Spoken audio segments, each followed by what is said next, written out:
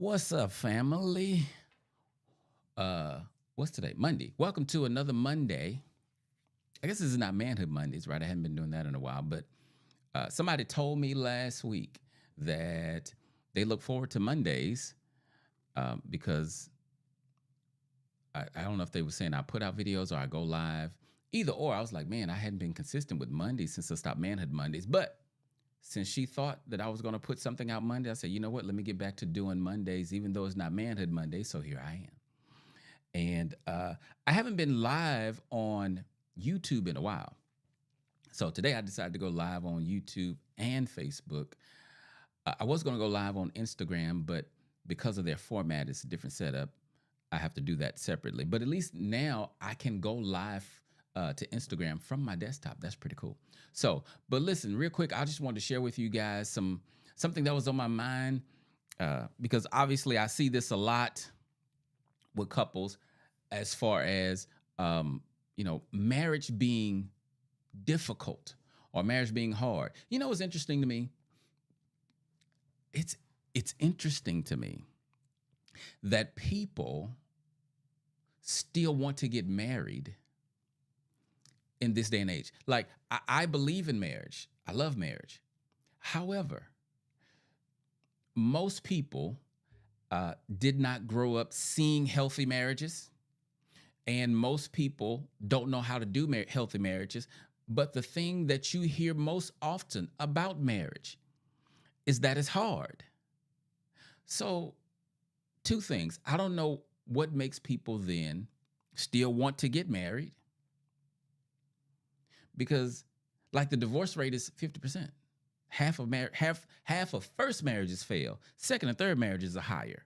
Okay, so that's the first thing. But then also, people get married without getting prepared to do what they signed up to do. Like, if you don't know how to do marriage, no one taught you. And if you know you didn't grow up seeing healthy marriage and you know that it's hard because you've heard that, why wouldn't you invest the time and energy to get some kind of preparation, right? That's baffling to me. But even in my practice, most of the people who come to see me, they've been married for less than 5 years. Okay. Most people who are having major marriage issues that come to me, right? I'm just talking about me. They've been married less than 5 years. So that means, so let's say if a couple is, let's say they've been married 3 years, but both of them are like 35. That 3 year period is nowhere near enough time for you to decide, yeah, I don't want this forever. Well, let me change that. Let me change that because I want to be more. I want to be most accurate. In 3 years, the reason your marriage is sideways is because you guys don't know each other well enough. Like before you met each other or before you got married, you had 30 what's it 32 years of life that they weren't around for. And those 32 years of how you was doing life, like when you meet this person, then there's an intersection. And see, we watch this. We want to continue doing life the way we were doing it. Now I know I got a wife now, but I want to continue to do life where I come and go as I please. My responsibility don't increase, right? Or I have my own fantasies about how marriage, how a husband should be, so I'm gonna do that. But then on the other side, I want my wife not to do the same thing, but I want her then to be the wife that I want her to be. Well, that ain't fair, right? Like I want to be able to continue the way I've been, but I want you to change and be a wife, right? So most people that come to me, they've been married less than 5 years. Most of them around 3 years, right? And what I try to tell them, um, the where you are is probably where you're supposed to be because you guys you have to get to know each other. See, I tell people this all the time. You get the title of husband or wife when you say I do. However, you have to become that person in the marriage. And so most folk don't know how to do marriage because we never learned it. But even the people who've been married and divorced, or whatever, and they feel like they have some experience. First of all, we don't know if we want to count your experience because you still fail. But let's say you got some experience. You ain't got no experience being married to this person. So you still have to be about the business of learning how to do marriage here. Right? Most of the marriages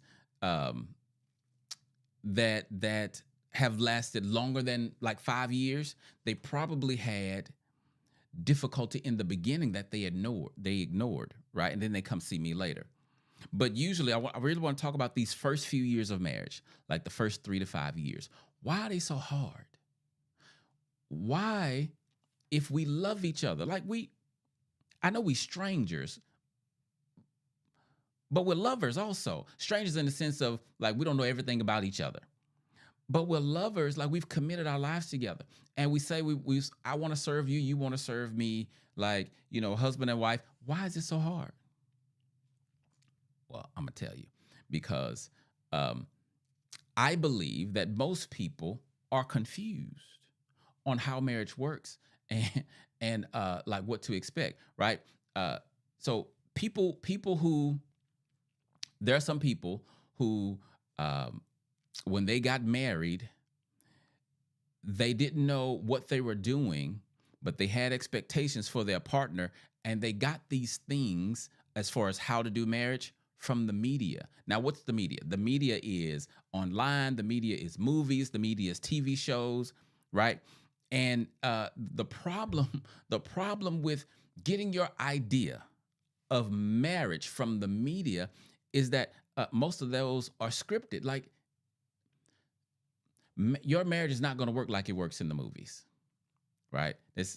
That's not going to happen, right? You think, well, because we love each other and we had this beautiful wedding, we spent all this money, we almost went in debt. Marriage shouldn't be this hard.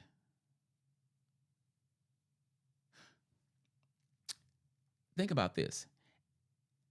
If marriage is going to be hard, and it is, or anything, let's say anything that you venture to do, when you first do it, it's going to be the hardest when you start.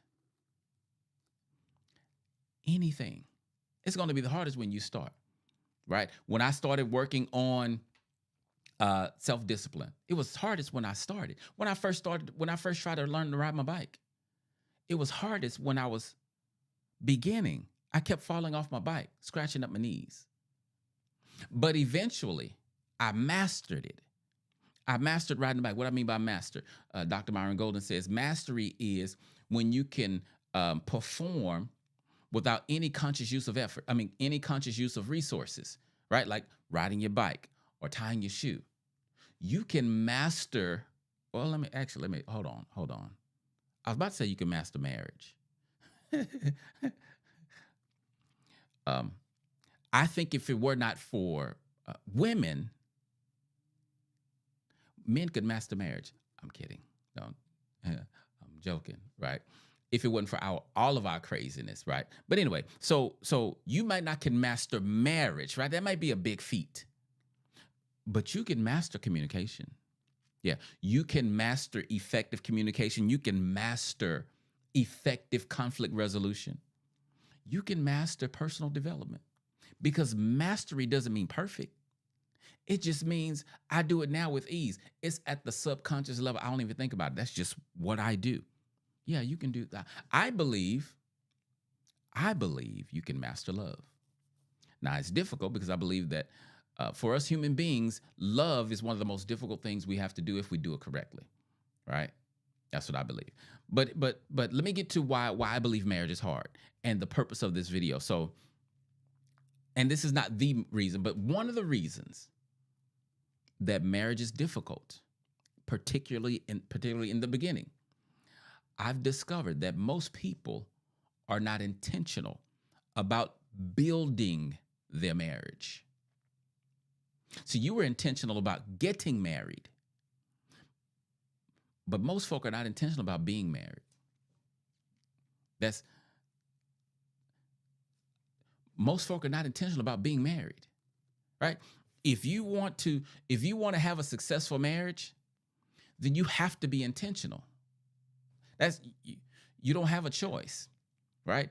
Now watch this. So to have a thriving, healthy, nurturing marriage, you got to be intentional.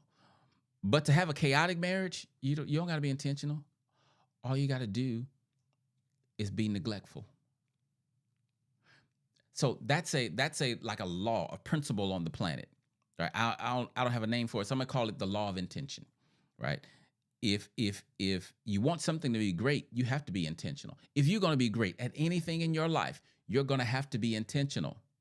Okay? You are not going to accidentally fall into greatness. Neither are you going to accidentally discover an amazing marriage. You have to be intentional about building it. Because why? When you leave things to itself, it will tend to gravitate towards chaos. Anything. Stop brushing your teeth. See, don't your teeth fall out your head eventually, right? Stop being intentional about your hygiene. See, don't you start stinking. Stop being intentional about your garden outside. See, don't the weeds take it over, right?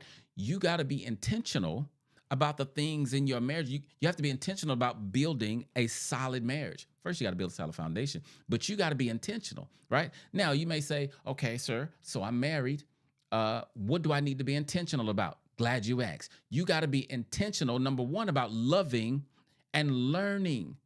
I should put learning first. Learning your spouse. You got to be intentional about learning your spouse. Okay? You got to be intentional about your own personal development. Intentional. You got to be intentional about your relationship with God. You got to be intentional about becoming a better communicator, becoming a more effective communicator. You got to be intentional about that. You got to be intentional about learning how to resolve conflict more effectively. You got to be intentional about spending time. You got to be intentional. Listen, hold on. Oh, okay. You got to be intentional. Fellas, this is specifically for you. Because see, I'm a good man. Not that you're not. I'm making a point. I'm a good man. I like romance. I like doing fun relational stuff. But my wife may not agree. Why? Because in marriage, it's been a lot more difficult for me to take her out on dates and do things. So fellas, what I'm going to say to you is I'm that guy, but it's been hard for me to be intentional about dating my wife. And listen, you got to be intentional about dating your wife. I don't fully understand it, right, fellas? I think I've said that before. I don't think it's a bad thing, good thing, bad thing. It just is what it is. I don't fully understand it, but guess what? I ain't got to. I'm not a female. If that's what my wife wants, I need to get about the business of doing that. But my point is, you need to be intentional. What's keeping you from being intentional? I'm glad you asked me that. What's keeping you from being intentional is your false beliefs and your unrealistic expectations about marriage. They're stopping you from being unintentional. From being intentional. What kind of false beliefs and unrealistic expectations? Like the belief that if you have to work this hard at it, then it must not be real love. Why you got to work at it? If we love each other, we just click. Like I've never felt this way before. It's magical. God brought us together. Why we got to work on it? The same reason when God said, look, he said, look, I've given you the city. He told the children of Israel that. And then he said, but you got to go get it. Wait a minute. Why I got to go get it if you gave it to me? And he told them when they got in the land, why do I have to work the field if you gave it to me? If you give me a blessing, why then I have to work for it? That's just how he set it up, right? So my point is this. Your unrealistic expectation to think that because we love each other, then it should just flow. That's in phase one of marriage. I did a video a while back. I talked about the 5 phases of marriage, right? Here's what the 5 phases of marriage are. Phase number 1 is euphoria. In euphoria, nothing is real. Don't trust what you see, feel, and experience in euphoria. It ain't real. But a lot of folk, they get in euphoria and they decide, you know what? Hey, let's spend our life together. Y'all ain't dated long enough. So the first stage is euphoria. I should say of a relationship, but let's go with marriage because it happens in marriage too. So those first like 18, euphoria usually lasts about 18 months, they say. Right? That's based on research. Euphoria, where you know, we're extremely forgiving. We're extremely patient. We're holding our tongue. Like our partner's doing stuff and we just, you know, he ain't mean that. Or she didn't mean that. Right? That's euphoria. But then after euphoria comes reality. So once reality starts to set in, you start to be like, you know what? I didn't see this when I was dating. I promise you, with everything in me, it was in there. It's impossible for you to see everything before you get married. It was in there, right? You just hadn't seen it yet. And so when we start to get into reality, you start to see, man, when they go to the toilet, it stink more than no. And I ain't never smelt it like that. You start to realize, you know what? They don't know how to clean up after themselves. I'm doing all the cleaning. They have cleaning the kitchen. When you get into reality, you start to see that you stop making each other the priority that you once did because when I was in euphoria, so watch this. When you're in euphoria, intention is null and void. You don't need intention in euphoria. Everything is automatic. And so y'all think that's what marriage, y'all think that's what love is. Y'all think that's what, if I'm in love, it's supposed to be like that and it's supposed to stay like that. Lies. That ain't gonna happen.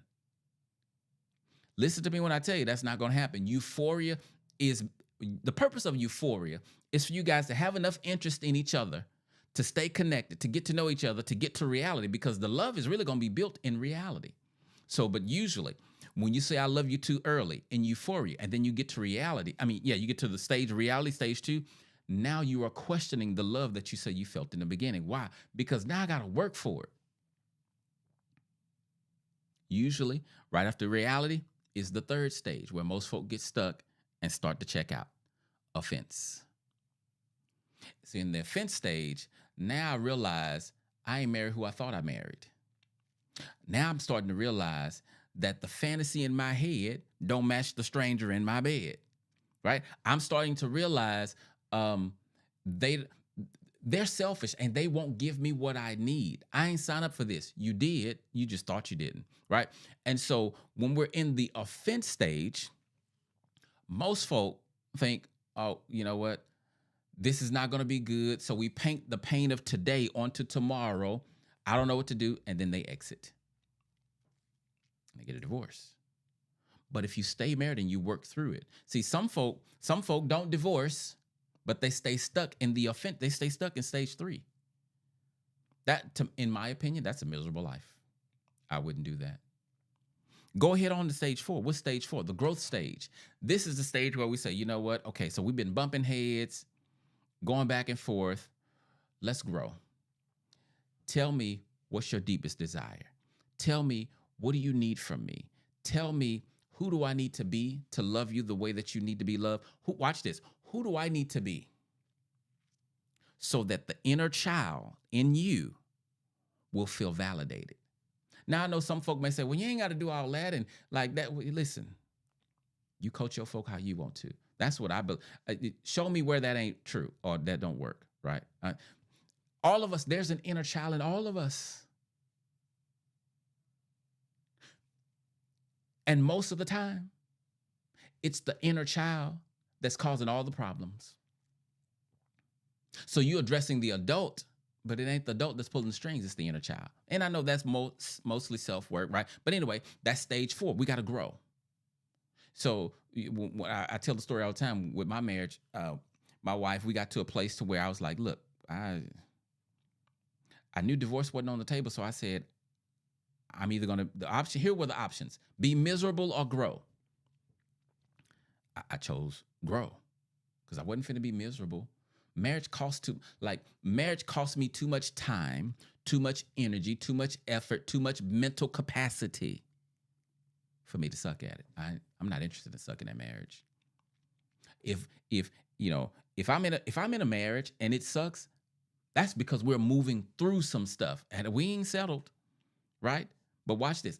Only when you get through stage 4 can you get to stage 5. Unfortunately, most folk don't get stage 5. Stage 5 is thrive status. That's when you have a healthy, successful, thriving marriage. Perfect? That ain't possible. We not perfect. Okay. But I was saying, so those 5 stages, when you have these, because I was talking about the unrealistic expectations and false beliefs that you have that hinder your intention. One of them, it shouldn't be this hard. Why we got to work at it? Like, if we love each other and if it's genuine, why I got to do all that? Here's another one. When you believe you married the person of your dreams, you are believing a lie and you're going to hurt yourself. I know it don't feel like it, but eventually you're going to hurt yourself. Why? Because think about what you're saying. It's impossible. How are you going to marry the person of your dreams? Listen, if your dream, you made it up, okay? And if you made it up, but then you do not have the omnipotent power to create that person, you ain't married the person of your dreams. You married your fantasy. And soon you're going to realize that your reality and your fantasy don't match, and you're going to be upset. Right? Here's another false belief or unrealistic expectation that we have. If they love me, they'll accept me as I am. Do it look? I have no nails in my hand. Right? That's Jesus. That is Jesus's role, to accept me as I am. Now let me clarify what I mean. All right. I was talking to my wife. I think it was my wife. Talking to my wife about this the other day. There's a difference, or at least I'm going to explain a difference for you, right? I'm going to make a difference for you between changing and growing, right? So in this context, when I say changing, there's very little, I believe, we should have to change in marriage. Now, the things that I need to change are the things that are anti-marriage and or anti-God. Right? That's how I sum it up. If this behavior is anti-God, I don't care if it's my personality. I've been this way all my life. I need to change it. Well, I always got angry. It's such, okay, well, fine. You need to change that. Because it's not healthy. It's not. But me liking the black, this is not true. I'm making this up, right? But if I like to wear black every day, all day, I shouldn't have to change that. It ain't got nothing to do with you. The fact that you don't like it, that's on you, right? So those are changes. Now, growing is about becoming a better person so that I can be better in the marriage. So growing, I may need to learn to communicate better. I need to learn to forgive. I need to learn to be patient. I need to learn to be softer with my wife, right? And like, I need to learn how to take her on a date, right? So you got to learn these things, but you don't. If when you have these false beliefs, why are they preventing you from being intentional? Because you're believing in that, so you don't believe that there's work that you got to do, right? Your spouse accepting you the way you are means they love you. They want you to be the person that you are. But some of your behaviors, like let's say, you know, growing up, I didn't really handle. I didn't have a lot of conflict, right? So let's say I didn't have a lot of conflict, and let's say the way I learned how to handle conflict is basically just disappearing. Like I shut down, as a lot of couples call it. I just shut down and stop talking, right? And I get married, and my wife likes to talk. Well, first of all, just in general, is it anti-God that I shut down? It can be, right? It depends. It's not black and white. Like, it depends. But in my marriage, especially if we have a problem, if my wife wants to talk and I want to shut down because, I'm afraid or whatever. That's harming the marriage. I need to grow and become better with my fear, become better with my identity, because honestly, all of it stems from an identity issue. If we like, but I'm not going to chase that rabbit. Okay, just know most of your issues, the root of them is an identity issue. You don't know who you are, and if you think you know who you are, take that thought and then put it against the backdrop of your relational frustrations. If you're relationally frustrated, like you don't have boundaries or you're a people pleaser, you have identity issues. And that's okay. You got folk like me to help you walk through that, right? Let me see. What's another unrealistic expectation? This is probably one of the biggest ones. And this and as I think about, saying what I'm about to say, this might be kind of a variation of all three of these, right? I mean, I don't know how many I gave, but a variation of what I'm saying. So it seems like a lot of folk don't understand that when they get married. So I'm gonna tell you a story first. So I went to buy my grandson. This is from a few years ago. Went to buy my grandson a bike for Christmas, right? So I go to the toy store. I see the bike I want man, this bike is live. Okay, he not with me. So I tell the guy, hey, I want this bike. He says, okay, cool. He gives me a tag, told me to take that to the front to pay for it, and he gonna bring the bike up there. Okay, cool, great. So I go pay for it, and as I'm checking out, here comes that clerk with a box, and on the box is a picture of the bike that I wanted, but it ain't even the same color. And I'm like, what is it? I'm just thinking, right? So then he gets to me, where you want me to load this at? I said, for what is this? He said, the bike. I said, no, I wanted the one that was on the rack. This, how it fit in this box? This box too small. He said, oh, no. That's just the display. You got to put it together. Christmas tomorrow? How I didn't know that the display wasn't what I was taking home. I didn't know that I was going to have to pay for it and then put it together. In the same way, a lot of folk don't understand. When you pay for this wedding and you say, I do, you got to put that thing together. You have to build it. Marriages don't come ready-made. That's why your marriage looking like somebody else's marriage, that don't even make sense. Y'all ain't the same people. Y'all ain't the same person. I don't care if you think y'all have the same issues, your marriages won't look the same. But you got to build it. Folk don't realize. And let me say this. People don't realize. So even the folk who come to marriage saying, man, I know it's hard. I know we're going to have to work. They still have no clue of how much work or the kind of work they have to do. Because watch this. They think, man, I got to work to make this work. So I need, we got to make sure our communication is good. We got to make sure our connection is good and conflict resolution, just like the therapist said. However, you missed the point where if you are not good, you're not going to be able to communicate well. If you are not good, you're not going to be able to resolve conflict. I tell folk all the time, I can teach you all of these skills. You're not going to be able to do the skills if you don't become the person that uses those kind of skills to do this, to get this kind of result. You have to become better. The bulk of marriage work is individual work. Don't ever forget that. Your biggest enemy will always be your inner me. Always. That's always going to be your biggest enemy. No matter how much your wife get on your nerves, no matter how much your husband get on your nerves, you are still a bigger problem for you than they are. Yeah. And well, I'm not going there. So y'all, somebody be proud of me because I'm trying to not chase so many doggone rabbits, because I'll get lost and I can't get back to the trail, right? But you need to be intentional about the way you treat your spouse, right? Intentional about the love. right? Uh, and I'm gonna end with this.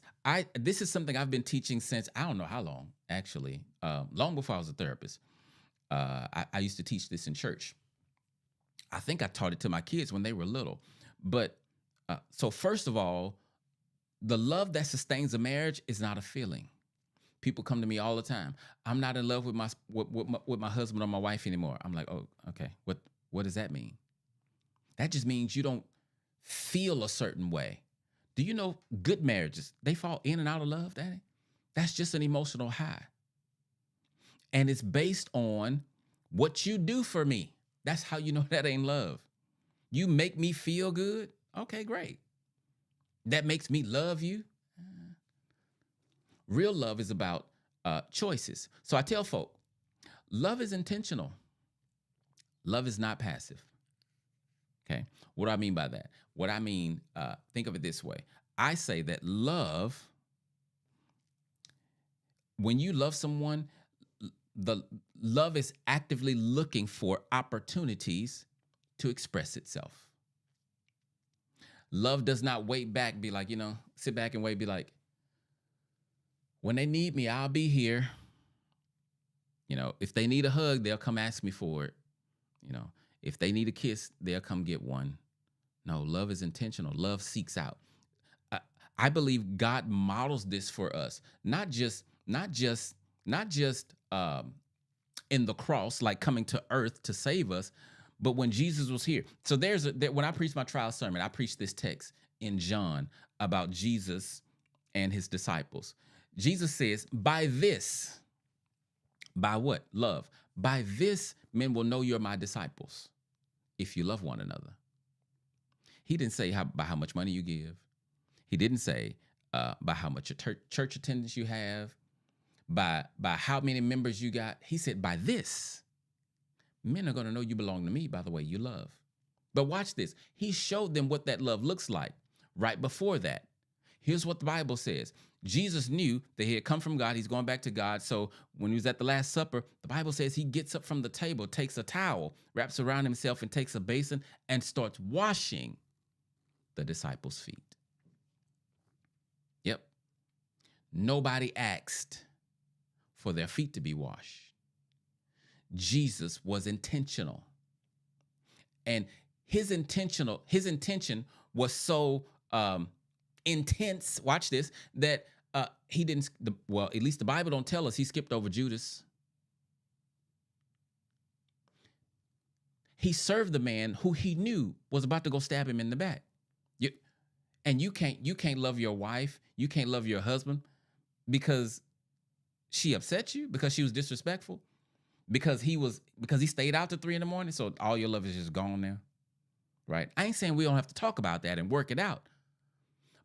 But when we start treating each other like we're strangers, and we start harming each other like we're strangers, in my mind, that becomes toxic, right? So here's Jesus being intentional about the love. He washes the disciples' feet. He washes Judas' feet, and he washes his Peter's feet, who was his close friend, who he knew was going to betray him. You're going to deny me. Still going to wash your feet. And then he told them what he did. He said, yeah, listen, go read this in John 13, by the way. Do y'all know what I was doing? He said, y'all call me master. And that's right, I am the master. But if I'm the master and I can serve you, then you ought to be able to serve each other. Here's the point. Christian love for the believer looks like service. And guess what? Marriage is God's idea. So how you think how you think love looks in marriage? Like service. But you got to be intentional with your service. When you go to a restaurant, your waiter can't accidentally take your order. They got to be intentional. Okay? And so the message I'm trying to communicate to you, be intentional about the things in your marriage, right? And listen, all of us fall off the wagon. All of us, every present company included, everybody falls off. It's fine. Get back up, get back on and say, you know what? Let me get back to being intentional. Let me get back to loving my husband, loving my wife the way that I know I'm supposed to be. Why? Now, you know what makes that hard? Let me just give you this. I don't want to call it cheat code. It's not that deep, but let me just give it to you. You know what makes that hard? Um, when you try to love your partner and you're loving them based on them, meaning I'm loving you and treating you well because you make me feel good. So that means then when I don't feel good about you, guess what you ain't gonna get from me? Love. Now I may still love you, like I don't want nothing bad to happen to you, but I'm not going to be actively loving you, actively and intentionally loving you. So you loving me like a stranger then, right? But here's a better way. When you love your spouse, I was telling another client this today. When you love your spouse, if you can love them because your intent is to please God, then when your partner goes sideways, you can keep loving because you're not trying to please them. You're trying to please God. And then you let God handle whatever they're doing. You feel me? Now, all of us every now and then need a reset. Okay? So if this is hitting you in a certain way and you're convicted and you need a reset, hey, just repent. Repent means to turn, right? Turn away. Go backward. Go change your mind, go the other way. Right? If you're headed to Dallas from Houston, going 45 south, you need to repent. Turn around, go the other way. You need to go 45 north, right? So, but get back on the horse. Like your marriage don't have to die. Kill the pride that is holding you back from being more humble. So kill the pride that's keeping your stuff in the front. Like she did this, he did that, he did this, she did that. You can't, the only thing you can see is what is your offense, right? Move, put that out some. Put God here, right? Put God in front. Get closer to God so that you could see him more than you see him or her. You understand what I'm saying? So anyway, hope this was helpful for you. I want to make sure I come on and do my live for, I don't even know the young lady name that asked me that, but you know, here you go. So I always like lives also too. You know why I don't go live as much on YouTube? I'll tell you, it's y'all fault. Because what the algorithm told me is that folk mostly watch my regular videos and not my lives. I said, well, shoots. If y'all ain't gonna watch it, I ain't gonna do live. I'll just record it and post it, right? But I like live because when I'm live, well, anyway, I like live. So, but I really hope this was helpful for you. And you know, if you if you're in one of those places where like marriages have been marriage has been beating you down, right? Seem like everything that you try, it don't work. Like I try to please her and then the story changes, right? I try to give him what he needs and then that's not good enough. You'll get to a place where the enemy will trick you into thinking this ain't gonna change. See, the enemy is a master of getting you to focus on your lack, meaning getting you to focus on what's missing. The respect is missing, the this, the that. But if you can take your eyes off your lack and put it on your abundance, what's your abundance? First of all, God's love. First of all, God's forgiveness. First of all, God's patience with you. And then when you do that, you won't have to be like, truth is, like that ain't got to be your testimony. You can be, Jesus said, come unto me, all who labor and heavy laden, I will give you rest. But watch this. If you chasing your husband or wife and trying to please them, you're going to be tired. And if you're not careful, you're going to quit and give up when you don't have to. Okay? All right. You guys be blessed. And I will talk to y'all next time.